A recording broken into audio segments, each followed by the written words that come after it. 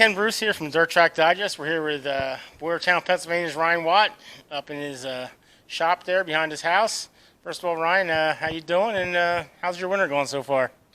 Doing pretty good. It's been a very busy winter, just trying to get cars done, and I'm sure everybody's in the same boat with trying to get parts and everything. Everybody with the whole COVID deal, shutdowns, and parts are hard to get. Yeah, I can imagine it is. I know I've heard of that from other drivers too as well, trying to get things done, especially motor-wise, people trying to get parts to rebuild the motors. Yeah, motors are definitely parts are hard to get. It's sheet metal. Sheet metal seems to be a big thing right now for the sheet metal guys. I've heard Pettyjohn did our body this year, Mark Pettyjohn, and he was looking for metal. He called me the other week looking for some because we do some of our sheet metal ourselves, but can't get everything done, in the off season that we need to. So I'm trying to do here. What I'm trying to do is doing some. I don't know what I'm gonna actually call these yet, but it's like in the shop interviews with certain drivers and everything, and put them on YouTube and Dirt Track Digest and see what happens. So you're my first victim. All right, sounds good. So just give me a quick synopsis of how you got involved in racing and when you started as a driver.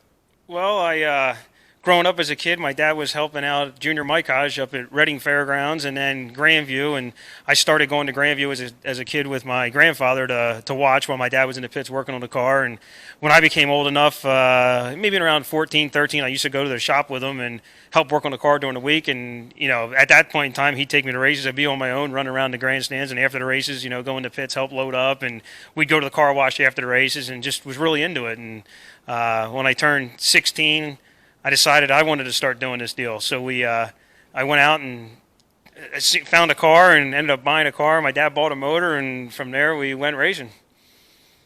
Yeah, and you've had quite a bit of success over the years. So now that most of your success has been in Bridgeport during the year. That's been your home track for most of your racing career. So talk about racing at Bridgeport, and I believe you got three championships and one crate championship. 4 championships and 1 crate championship. Yeah, we, starting out racing with my dad, we went sportsman racing, started at Susquehanna, and, we kind of right from the beginning started jumping around a lot, only because Susquehanna was going to be our home track, and the second year into it, Susquehanna was uncertain when they were going to be racing and not racing, and so their schedule changed, so then it opened up for us to go to different tracks. So we ended up going to East Windsor and Bridgeport, and got to explore different tracks that I never even got to go to as a kid to watch, and kind of like that. Kind of like going to different tracks, but we never set into another home track really for quite a few years till we kind of came to Grandview, and ran a couple years at Grandview, and ran for a couple different guys there. Ran for Norm Hansel, and then we went to Big Diamond a little bit. Ran there with Fran Purcell, and I got hooked up with Chad Simon at Grandview, and he gave me the opportunity to come to Bridgeport. And we went there with a big block, and things were going real good. And, for a rookie year and stuff, still hadn't won a race, but had a bunch of seconds. And we went to a race in New Egypt and heard a motor at New Egypt there, and thought we were done for the year. We only had 1 or 2 point shows left at Bridgeport to finish out the year. And my wife had posted on Facebook that, we were done without a motor. And she got a message from Faye to call Ronnie, so I called up, and Ronnie says, "Come on down here." He goes, "I want you to finish out the point center." We parked right across from him, and he would come in with a flat and stuff. We'd help him out, and I didn't really know a lot about him, but we pitted across from each other, and so I went down to the shop, and he said, "Here, take a car home with you, and run it next week at Bridgeport for the final points or whatever." And we did, and we had a decent run that night, and the car never went back to him. It ended up staying here. So from there, we've been racing, Bridgeport for Ronnie, and we had a lot of success, picking up championships and building a pretty successful team. Yeah. Well, Mike, 38 total wins down there. 37 of them on the big track, one on the 3/8 mile or 3/10 mile, or 4/10, whatever it was. 3/8, I guess, is what it was. So now, I know you. I've talked to you a lot. I know you're the big block, like the big track. What do you think of the transition right now at Bridgeport? Well, I like the big track. I liked running the big blocks there. Last year with COVID and getting into we were trying different things. We had our 4-link car there the one week. We had our big block there. It seemed like the nights we had our big block there, we should have had a spec head there, but we only had one spec motor that was really ready to run, and we were running, the Grandview big shows and stuff, and I didn't really want to run it there weekly because we have so many big blocks at our disposal here to use, from the years of racing big block stuff, and, from going to Delaware and the Deo stuff. And so I really didn't want to give up on running a big block, so we tried, but Just seemed like we didn't have the right combination. And then at the end of the year, finally, we just decided we're just going to run the spec head, for the big races and everything. It just seemed like the right way to go for the long distance stuff. And, we finally got into a rhythm a little bit with it there, and we were really good. I mean, I feel like I know how to get around that track pretty good now. It's definitely an up on the you're up on the wheel every lap. I mean, it's intense, it's exciting, and I think everybody that ran there last year has really figured out the give and take that you have to have with running the top, running the bottom, crossing over. I mean, it's more like racing as you're racing an open wheel car. I mean, you really don't want to be making contact with anybody. That's for sure. Things happen so fast there. Yeah, I understand what you're saying. At the beginning of the year, it seemed like there were a lot more wrecks, and as the year went along, it seemed like the wrecks were cut down a little bit, and everybody sort of got used to it more. Yeah, that's for sure. I mean, everybody realized, coming out of turn two, if somebody's on the outside and has a run, you don't want to go from the bottom all the way to the outside wall. I mean, if you're lucky, the guy will cross you over. If not, he's driving through your back bumper because you're going 20 mile an hour slower coming off on the bottom than the guy is on the top. While we're on the subject of big blocks here, you've always been known as a big block driver. You've said it yourself. You prefer driving big blocks. Seems like now in racing, the modified trend is switching towards the open motors and the spec motors. Yeah, I mean, the spec motors, you have them at Grandview, you have them at New Egypt now, you have them at Big Diamond. I think they're a good thing. I mean, they're definitely a lot more cost effective, and so there's nothing wrong as long as everybody can be on the same page and follow the rules. I think they're a good thing. Like I said, I was a fan of the big blocks, but I'm not against the spec heads either. So I mean, it's definitely a good thing. It's definitely more cost effective for your crate guys and your sportsman guys to move up to the modified rankings and be competitive than it was before to try to run a big block at New Egypt and run a big block at Bridgeport. Before we get going in, back into this year, just give me a quick recap of 2020. I know it wasn't what you wanted. The winds were down and you couldn't. The South in the short track super series, you've been first and second points pretty much every year. You sort of fell back a little bit.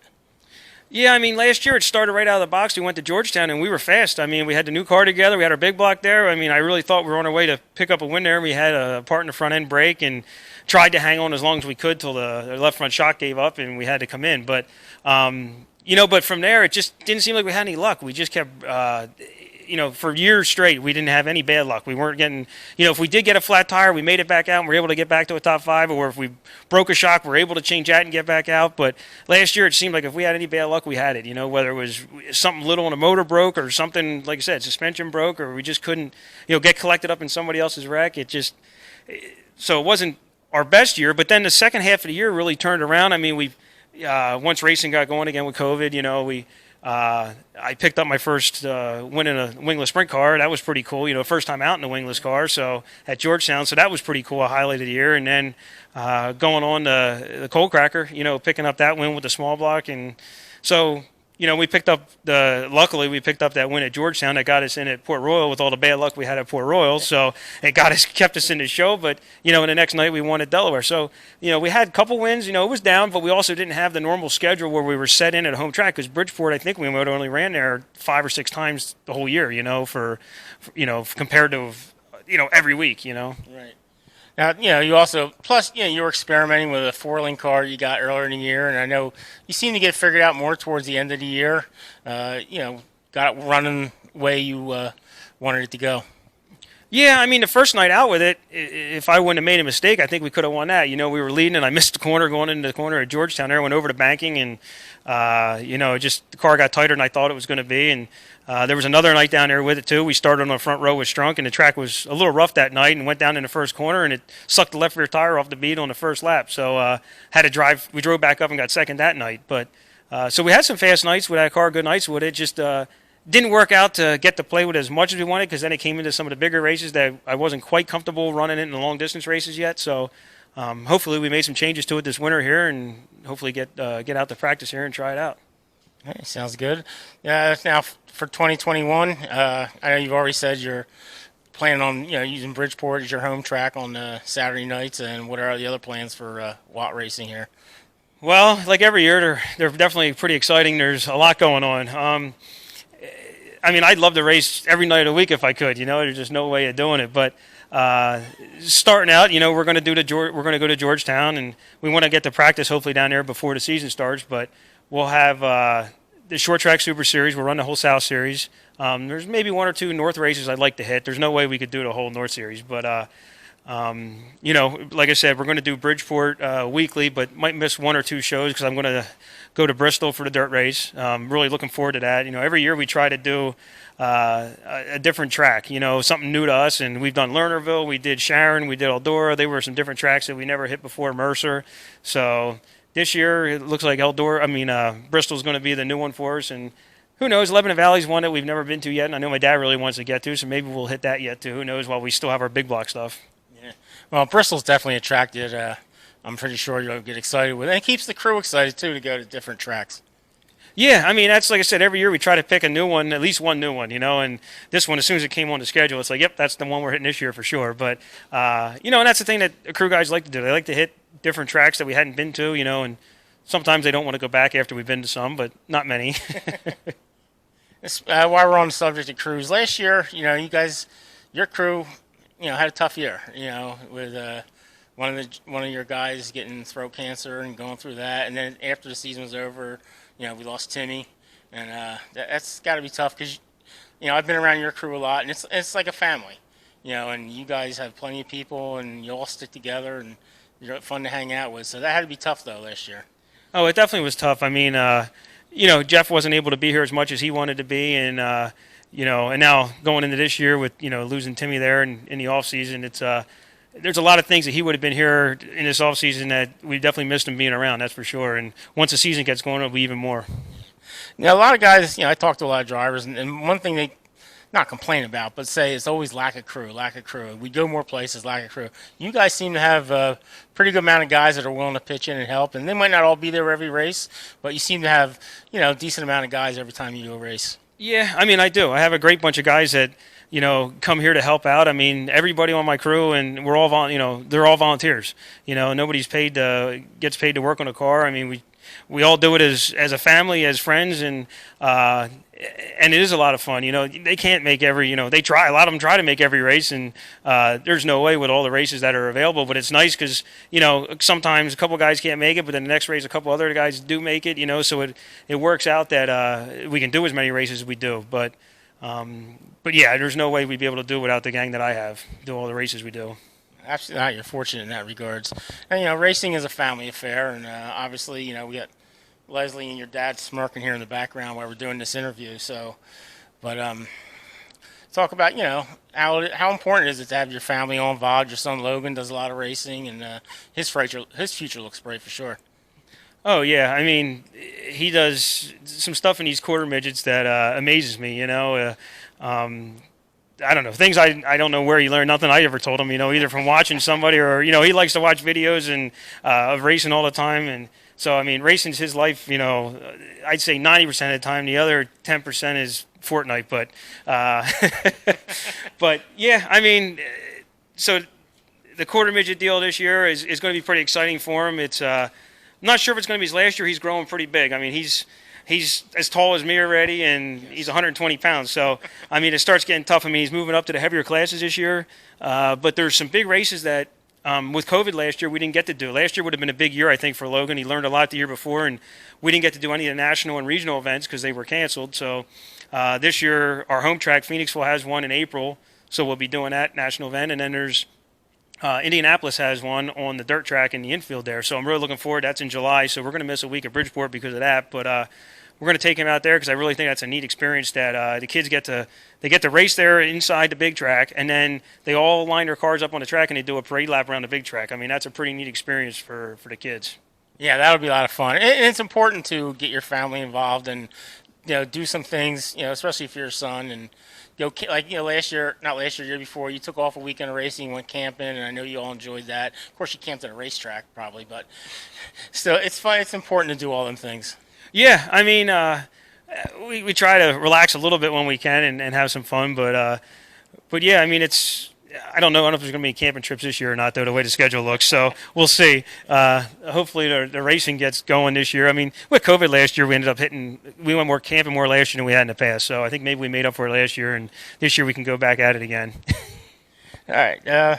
I'm trying to end these interviews with I got like call my 6 pack of questions here and see try to get different drivers and see what they say about them. First one is what's your biggest win of your career? Well, I'm not sure. There's a couple of them. I mean, the Cold Cracker was a pretty big win this year, but to me, one of the biggest ones would be the dirt race at Bridgeport, winning that dirt series race. I mean, that just the Cold Cracker was a big win for me too. But there's a couple big ones. The King of the Big Block stuff at Bridgeport too, but definitely the dirt race. Yeah, that's the one I thought you were going to pick too, because you actually just you whomped the whole field that night. So, your favorite track to race?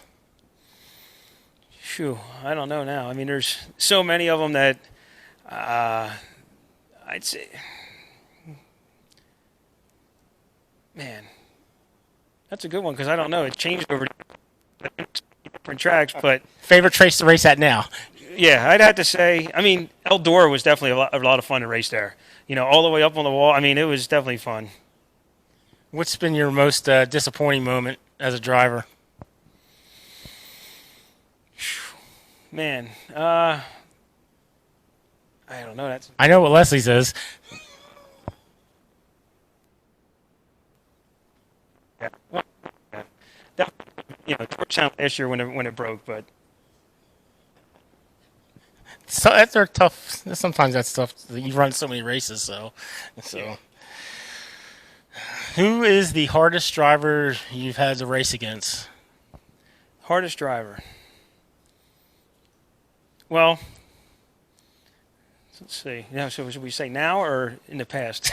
Well, I mean, yeah, like, I guess now. And I'm not talking dirty driver or No. anything. Just the hardest driver to race with. Right now, one of the hardest, one of the ones that's up on the wheel and we race with weekly a little bit and probably going to be racing with weekly would be Go Down. I mean, he's definitely a tough one down there at Bridgeport to race with there weekly. If you had a driver that you look up to, and do you have a driver you look up to and try to emulate?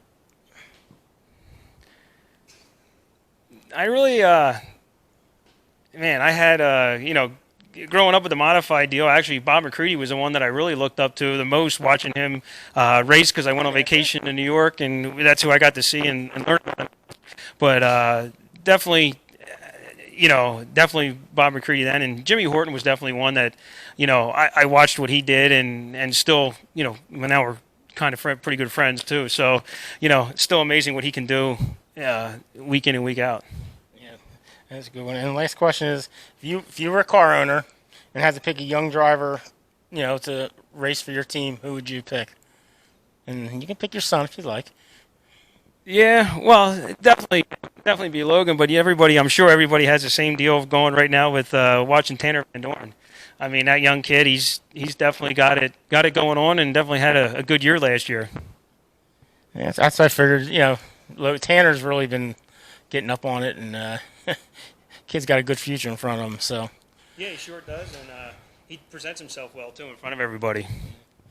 And is there anybody you want to thank, or list your sponsors, and who do you want to thank for your, going forward for 2021? Yeah, Leslie, my wife, and thank Logan for all the support. The time that he takes out of everything else so we can go racing. But we're definitely looking for exciting year this year. I mean, we did pick up a crate motor in the off season here, so if we can get everything together, it'll be pretty interesting to see if we can do some practice and some racing with Logan this year a little bit. But my dad, he's been with me the whole time and all these years of racing, and all my crew guys. Thank Ronnie and Faye for the opportunity to have all these cars here and be able to travel and race like we do. And sponsor-wise, well, I got to thank Vic Nell, for the cars that we got here, and Enders, and Bob Renault for the spec head that we got going on. So should be exciting year. We got Penske Racing Shocks, we got Birdsboro and Napa, Klinger's bars. We got a new sponsor that we picked up this year too, Ray of Monograms as well. Diamond Disposal. We got Bob Hilbert. We got a bunch of sponsors that it's hard for me to remember all of them. That's for sure. Especially with none of our cards being lettered, I can't look at it. You can't even look at them now. It's waiting to be lettered. They're all waiting to be lettered. So, But all right, that's concludes our interview here with Ryan Watt. My name's Ken Bruce from Dirt Track Digest, and we appreciate everybody, and we appreciate Ryan taking the time out to do the interview. Yep. Thank you.